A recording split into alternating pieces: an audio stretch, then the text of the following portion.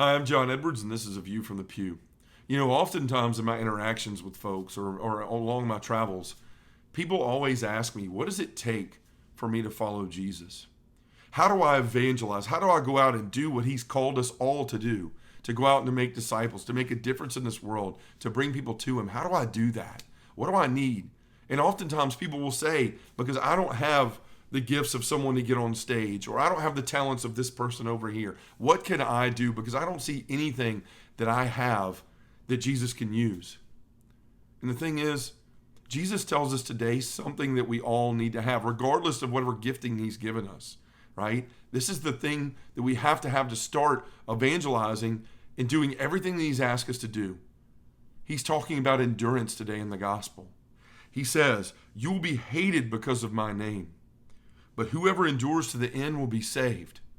Jesus tells us one of the main things that we have to follow him is endurance.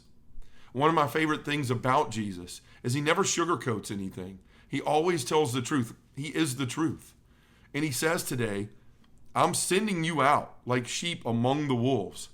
He makes no apologies for it. He tells us this is what it's going to be like. You're going to be persecuted. You're going to be brought before men. Your life is going to be in turmoil sometimes because people are going to hate you for standing out and being different and preaching and teaching and sharing the gospel in my name.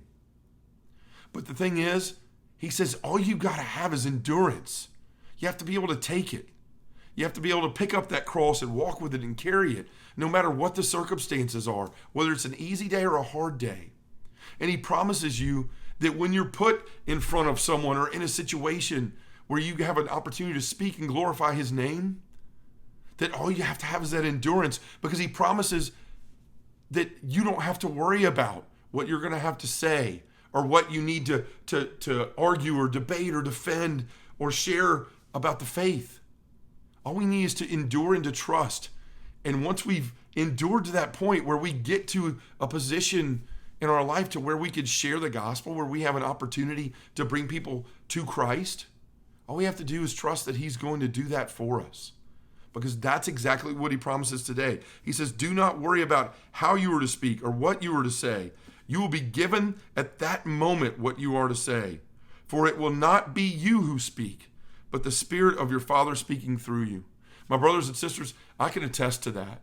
All the times I've spoken on the road, my knees are knocking. I'm shaking. I'm scared to death 5 seconds before I get on that stage. Half the time I forget. My memory goes blank before I ever walk up on the stage. And that nervousness of failure and looking stupid comes on my mind. Or I'm not going to say the right thing. Or I'll say something heretical. But then I surrender. And the Lord takes over. I let him use my mouth. And I endure, right? All of that. The attacks of the devil and the things that he tries to do to keep me in that moment from sharing the good news of Jesus Christ.